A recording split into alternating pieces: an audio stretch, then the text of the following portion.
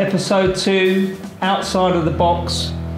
I'm at the New Era Boxing Gym in Bournemouth with Mr. Ty Brown. Hey. Ty, how are you? Yeah, I'm good. I'm good. You good? Really well. Yeah. Good man. Good to hear it. Right. I don't know if you watched the first episode, but we do something called Out of the Cannon. Yeah. So I'm going to fire some questions at you and you just give me your responses, okay? Okay. Love or hate? Love. Love. Surprised with that. Muhammad Ali or Mike Tyson? Muhammad Ali. Muhammad Ali. Yeah, without a doubt. You're going for finesse over power. Frank Warren or Eddie Hearn? Eddie Hearn. Frank won't like that. BKB or B&M? BKB. BKB. Good man. Boris Becker or Boris Johnson? Boris Becker. Not Boris Johnson? No. We won't get into that, mate, will we? VK Blue or half a lager? Half a lager. BKB. Cappuccino or caramel macchiato? Caramel macchiato. Although I don't fancy myself with either, but I think caramel macchiato. Caramel macchiato sounds posher, doesn't it? Yeah, certainly. Saturday night all right for fighting or not? Yeah. Yeah? Yeah. We'll go with that. Single jab or double jab? Single. COVID or boxing? Boxing. Okay. Good man. That was Out of a Cannon. Good man. Right, so we're having a bit of a chat in the car on the way down. We're going to start off right at the beginning. Okay. I want to talk a little bit, if we can. You mentioned to me that you were adopted. Yep.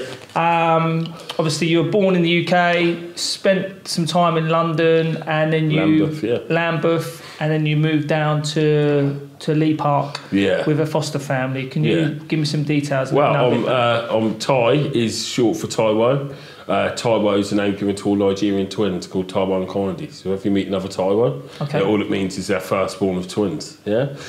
So me and my twin sister Kindy, we were fostered first off down into Lee Park at about 6-7 months old. That's how we become the Browns with the family, Marlene and Pete Brown, who also had a big family themselves, a Suppers family themselves. So what we done is at first was dropped down there just as a fostering arrangement, but it become more than that, where we didn't see our real mum for a number of years, and then basically they become mum and dad to us, and we grew up in Lee Park. That's where we've done all our schooling. That's where my brothers, my sisters. And what age was that at? I went down into Lee Park at probably about 6-7 months old. Oh really? Neither of us were walking at the time.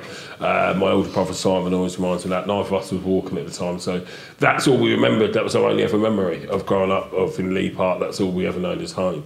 Okay. So yeah, that's where we grow. So a tough area. Obviously, I know Lee Park. Lee Park it's a really tough area. There's a lot of rucks and fights there, but I wouldn't swap the community for anything in the world. I think they're a great community there, and I think they really support their own. And I think over the last couple of years, or as you get older, certain things happen within the community, whether it be deaf, people needing help or support for other ways, which definitely. I think Lee Park is well a hotbed for supporting their own and getting behind their own. I think it's really shown. I think a lot of the stigma from Lee Park. There's a lot of successful people from Lee Park and in Lee Park as well. I think it has got a bit of a stigma to it, but trust me, if you're looking for a fight, you don't have to look very far in Lee Park. Exactly. Drop of a hat, job. Yeah. So, how was your school years and you growing up in Lee Park? I'm a state boy myself, so I know what it's like.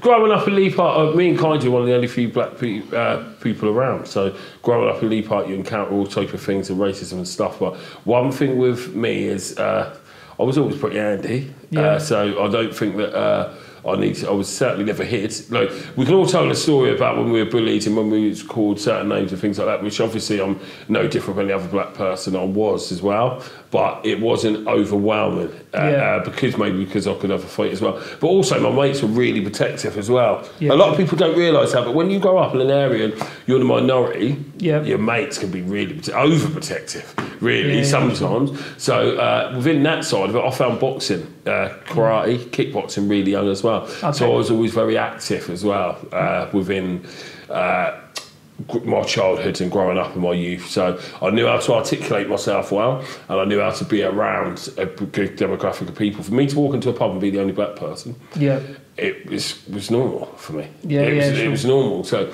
I didn't really understand any different. It wasn't until I was older, when you come to these other areas where it's all black people, all 50-50, that you realise there's a different world behind your garden fence or beyond the school that you go to. So yeah.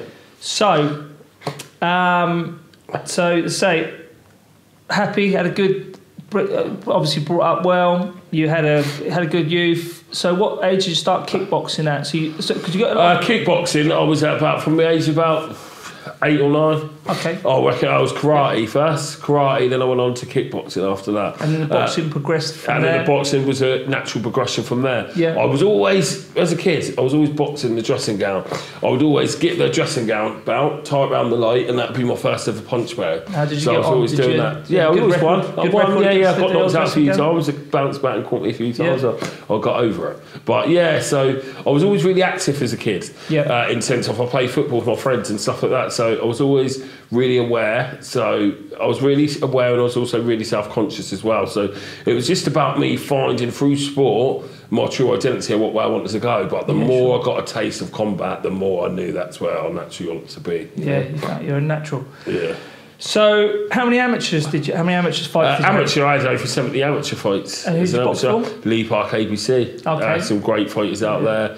You had Tony Oki, you had Bessie brothers, Chris, Billy Bessie, Nigel Philpott, Dean Frost, Mark Cornell. We had loads of decent fighters out there as well. I know sorry, Chris... anyone I haven't mentioned, but there's some real, like every year we practically had a national champion or a champion of some sort coming out of that gym. See, Chris Bessie is someone that pops up a lot when I speak to people that talk a lot about the amateurs and some of the top boxers around. Chris was different class. Yeah, Chris Bessie was Commonwealth.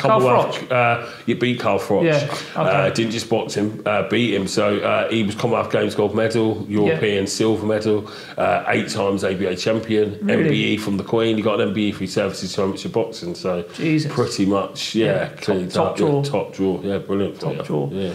So you then turned over as a pro.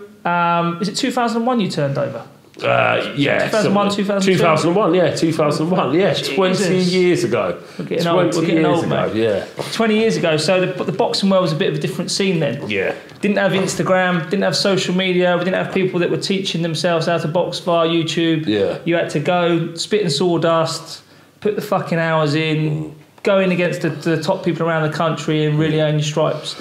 So you turned over with Ronnie Davis, is that right? Because what it was is Tony went pro about a year and a half before me, Tony Oki, and he was always a big encouragement saying you should go pro, you'd be suited to this game and you can do it. So basically he went up with Ronnie Davis, and then I went up there a few times. Ronnie had a look at me and then wanted to take me on. So it was good. Obviously with Ronnie, he trained Chris Eubank Senior, Chris Eubank Junior. So it was a real good gym, good environment to go into as well. That was Brighton, wasn't it? Yeah. Tony was flying as well. We had Neil Linford down there as well. That was another Commonwealth.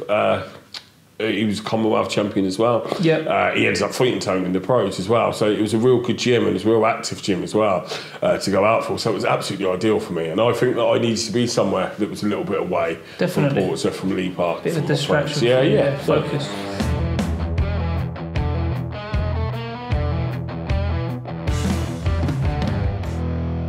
So what age did you go over to Nigeria? When we was 8 years old, our real mum come down to Lee Park, and she said it was important that we met our real dad, who was in Nigeria, never ever been to England, never ever been there. So we got took out to Nigeria when we was 8 years old. Did you speak English? Yeah, did your dad speak English? I mean, he spoke a little bit. Yeah. We can obviously speak the language. We were completely born and raised in Lee Park from 8 years old to be taken away from everything and everyone you'd ever known. To go and have to be set up in Nigeria. We thought we was going for 2 weeks. Whereabouts in Nigeria?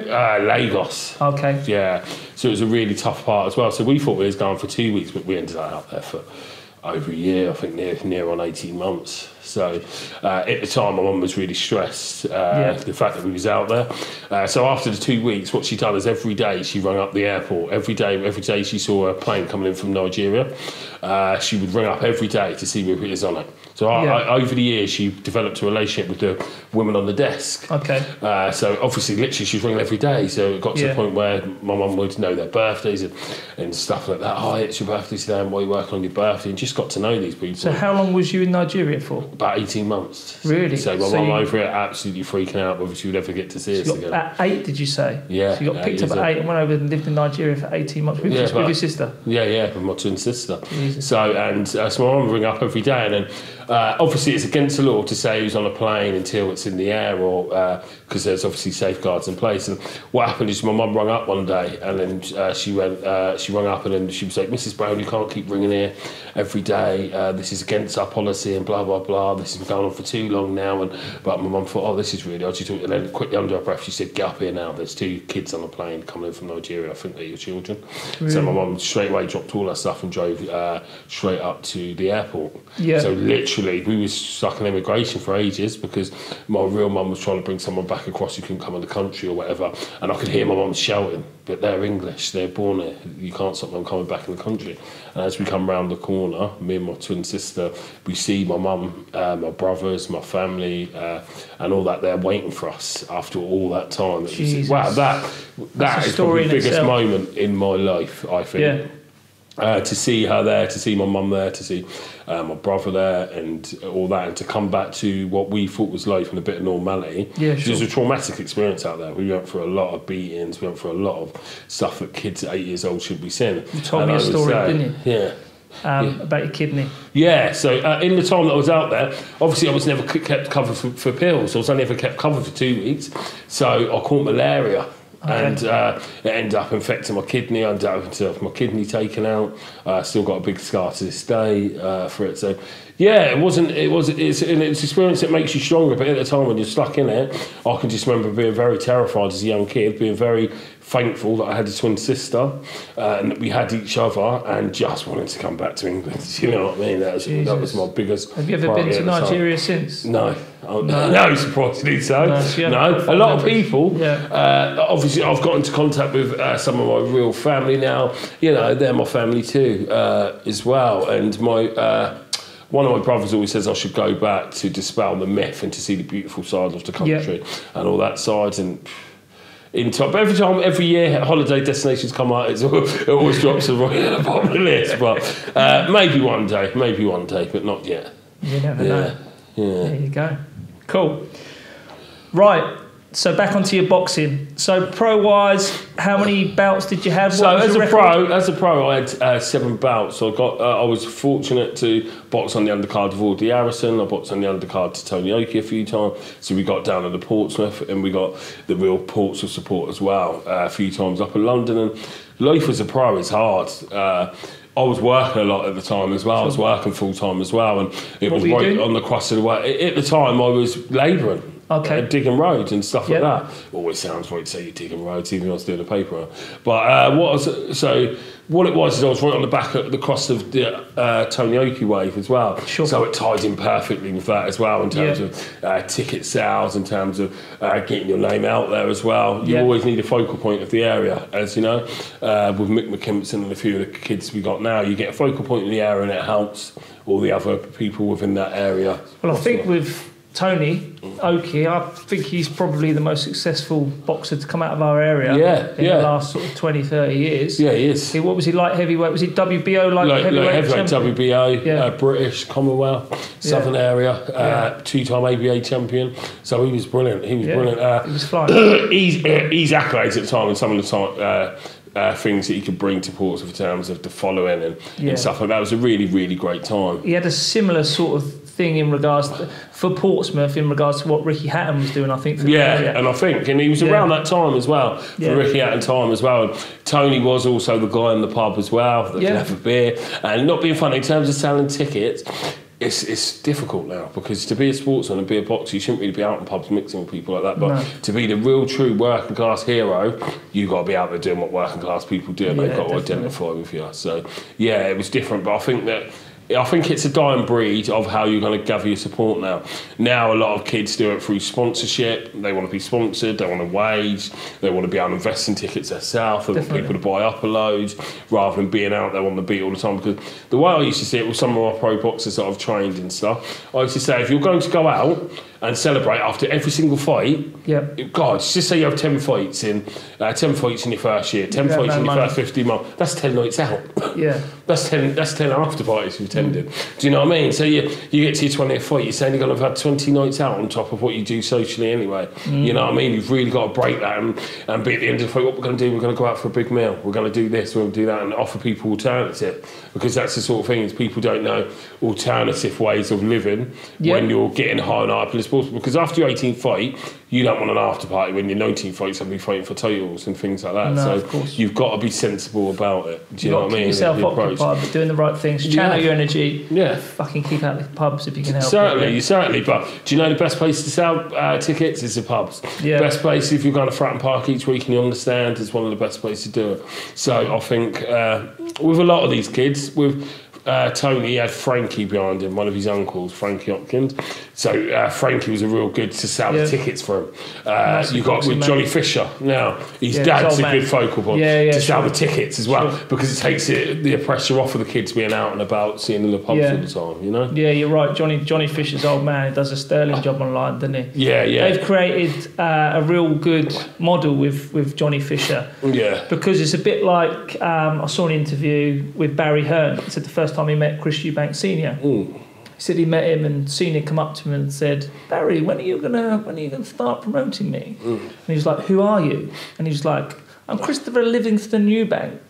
And he said at the time, he said it didn't matter if he was amazing or shit. He said, but his personality was so marketable, he's just going to run with it. Yeah. And I think if you can create that sort of persona and that image, sometimes it sells itself. Yeah. You don't have to have a 30-0 record, but people are still going to buy your tickets to watch you because it's the entertainment industry, isn't it? But even with that, Hearn, before he signed him, he turned it down. Oh, really? Yeah, he sent him out. He said, you know, I'll use the door handle, use that door and see you later. Sent him off and then years later paid back millions and millions to get him back on the BBC and a massive contract. He's a cash cow. Yeah. The same as Naz, a bit like Conor McGregor in the MMA world. Conor McGregor's not got an amazing record now. He's suffered a lot of defeats, but my God, everyone will still pay the pay-per-view to watch him every fight. Yeah, because he's just pure entertainment. But the thing is, I always think with a fighter, you need the three things. Whereas you need people to be interested in your entrance, your fight, and your interview after. If you've got all three, then you've got a star. Some fighters I've got,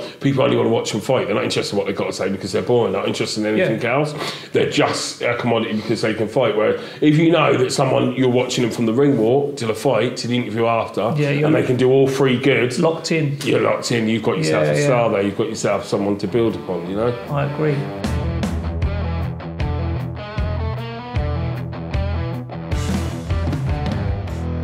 I'm going to move on to a bit of a different subject now, which people might not know about you. You got involved with the authorities and got into a little bit of trouble and you went to prison. So I'd like to talk a little bit about that, if you don't mind. Basically, whilst boxing and stuff, I'd always done quite well within work, within retail, and I'd always had good jobs and stuff like that. I'd always been a manager, general manager, and had staff. And I'd become quite disgruntled in one of the jobs I was in with one of the big fashion brands. Okay. Always been into fashion. In Portsmouth? In Southampton. Okay. So, Pompey, Southampton robbery, I think a bit that was undercurrent. Was that what it was? Did you have your Pompey shirt? That's what it was, I just wanted to take a bit from their economy and was taking it back and giving it to people with Portsmouth. Robin Hood, basically. Yeah, that's what it is. They make films about people like me. So basically what it was, I've become a bit disgruntled in the fashion brand that I was working for. Okay. Through that led to me getting into fraud. Now, how fraud starts is fraud can start as a little thing, bit of a buzz, you're getting away with it, you don't care about the consequences. Okay. Because at the time I certainly weren't scared of prison, although I'd never been, I weren't scared of it. One of the things is when it ended up going that way, I thought, well, I'll teach you a bit of a lesson. You only bloody think you're not bothered about it, let's see whether you are. You know what I mean? I really did.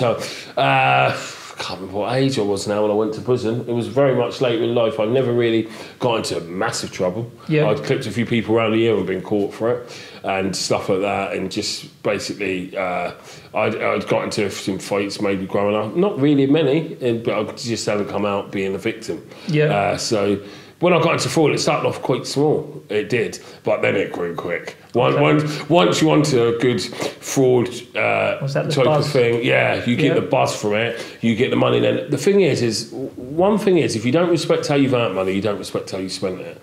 And one of the things I learned of doing things and doing criminality things is, if easy come, easy go. You're never gonna have that money. Really, and then want to be because choice with it is if you've gone out and you were down to it. If you've gone out and you were down that, you'd be a lot. Whereas I was throwing it about left, right, and centre, not really enjoying it. And you get a lot of people that live in that criminal world, like you say, it's in one hand and out the other. They don't end up with a big pile of cash on the yacht, gone forever to live off in the sunset. It doesn't. For one reason or other, it doesn't work like that.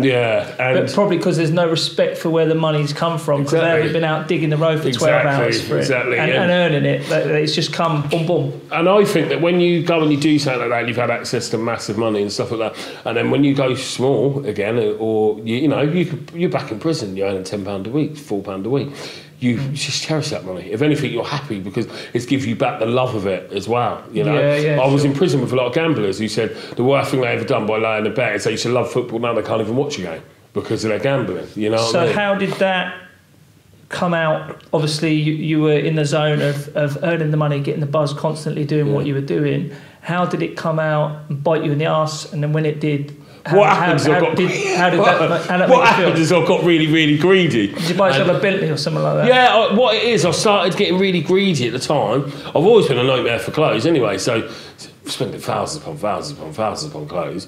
And then what it was is I ended up getting too greedy, I think, and then taking too much. But I'd already got to a stage where I'd taken too much. So it was a good thing because what would have happened is I could have stopped doing that type of fraud that I was doing at the time, and then it come and bit me 8 years later. Sat there down there doing something with your kids, or sitting there with one of your friends or whatever, and then the police come through the door. Because the thing with things like this is it very often leads to paper trail. But even if it don't lead to you, it leads to someone. Someone's getting the lock down the line. So what type of fraud was it, if you don't mind me asking? What it was a gift card fraud. Okay. That I'd done. Right. I don't want to get too technical about it because people I would be thinking how to get into it. But you'll be getting inboxed from fraudsters all over the world asking to get So that's basically how it happened, and then it just growed and it just spiralled. And you know what? And in the end, I ended up getting 22 months for it.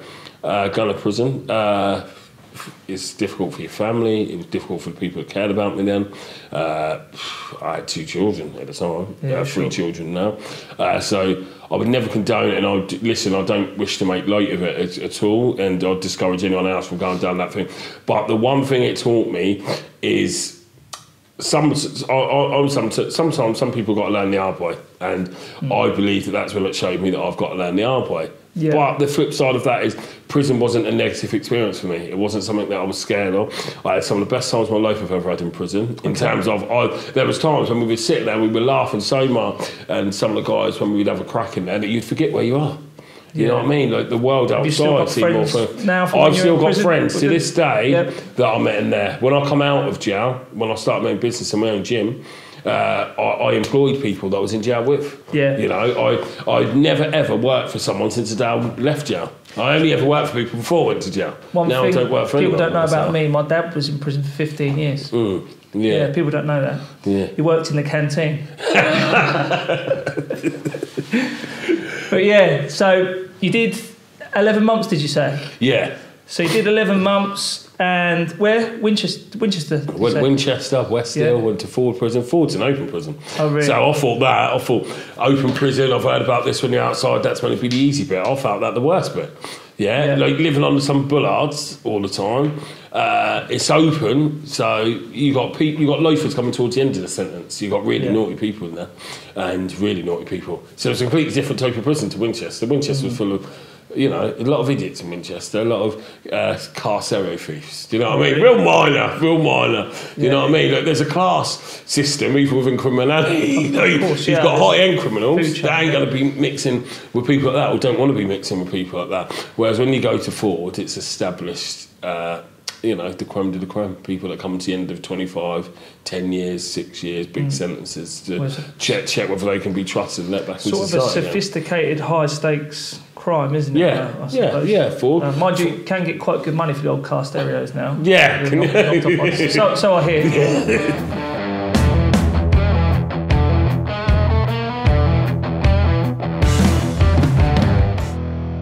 Right, Ty. So, we've talked about your youth, Lee Park. We talked about your amateur career, your boxing career. You slipped up, fell down a bit, went to prison.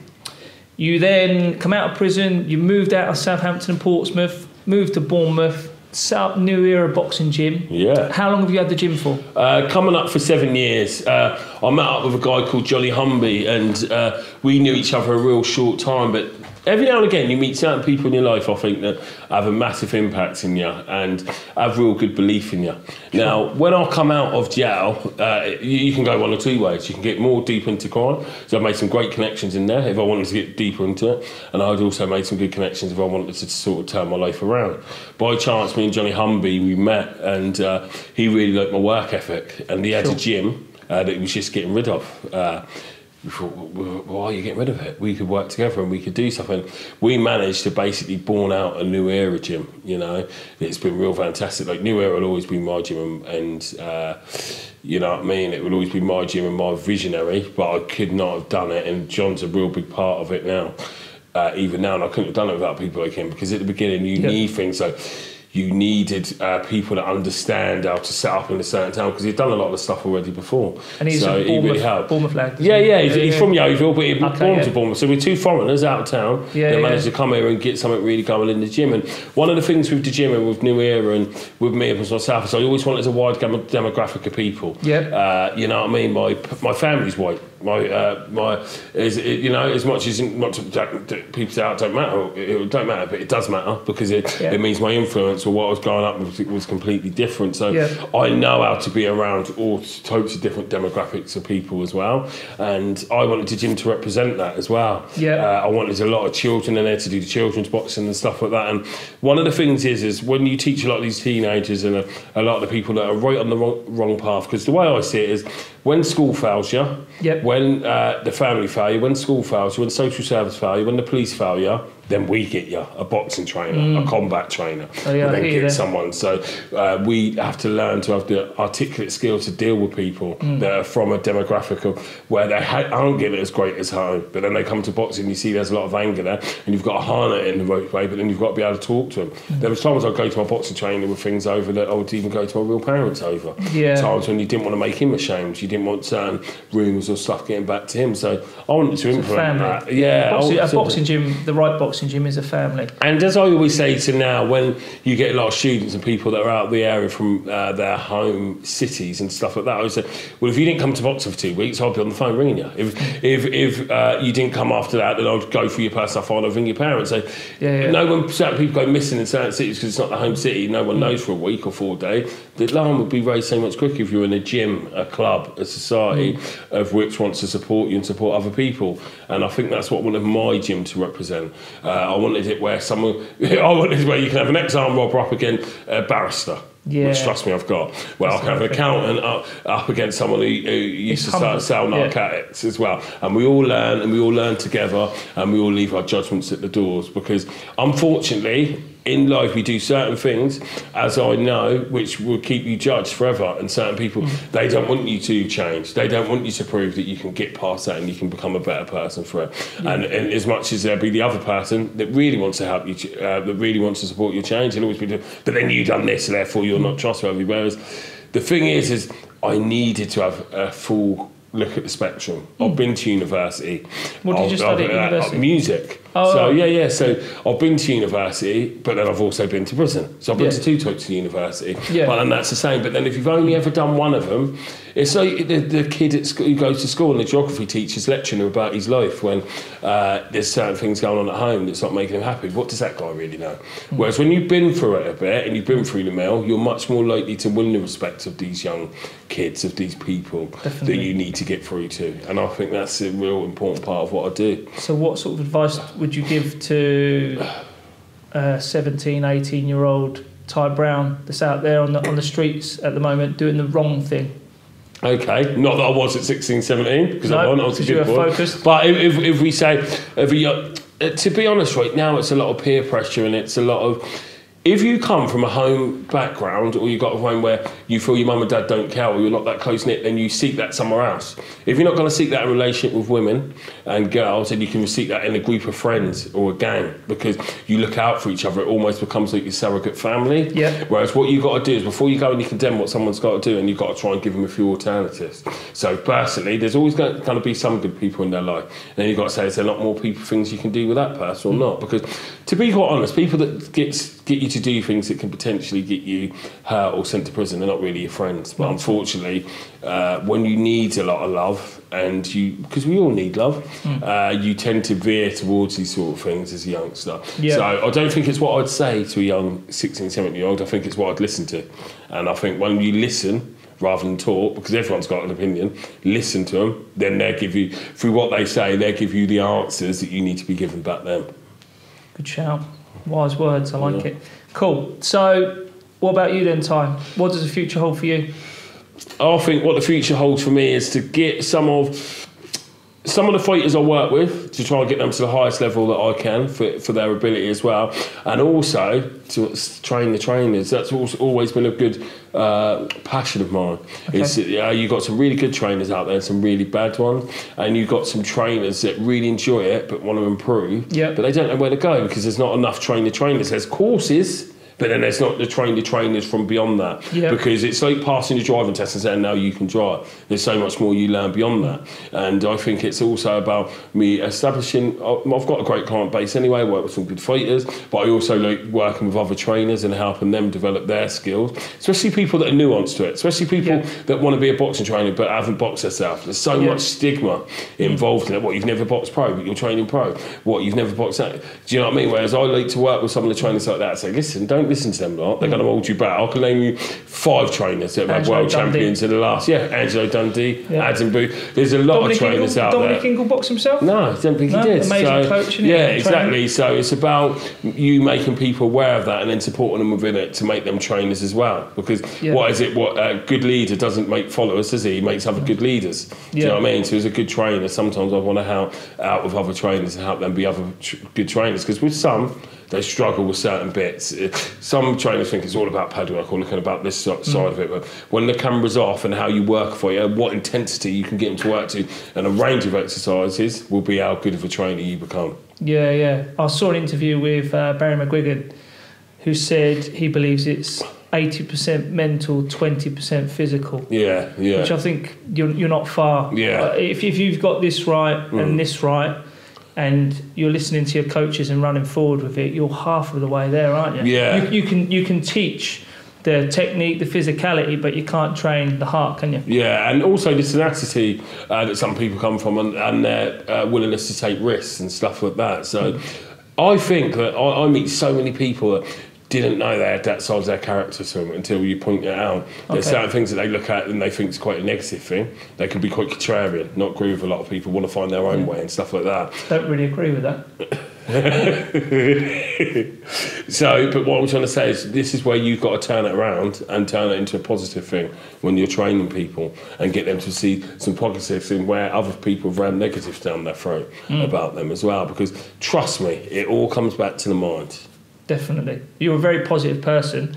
So you keep doing what you're doing, and we wish you nothing but the best of luck for New Era Boxing Gym. Brilliant. I've got something for you. Episode 2. Yeah. Tom. Yeah.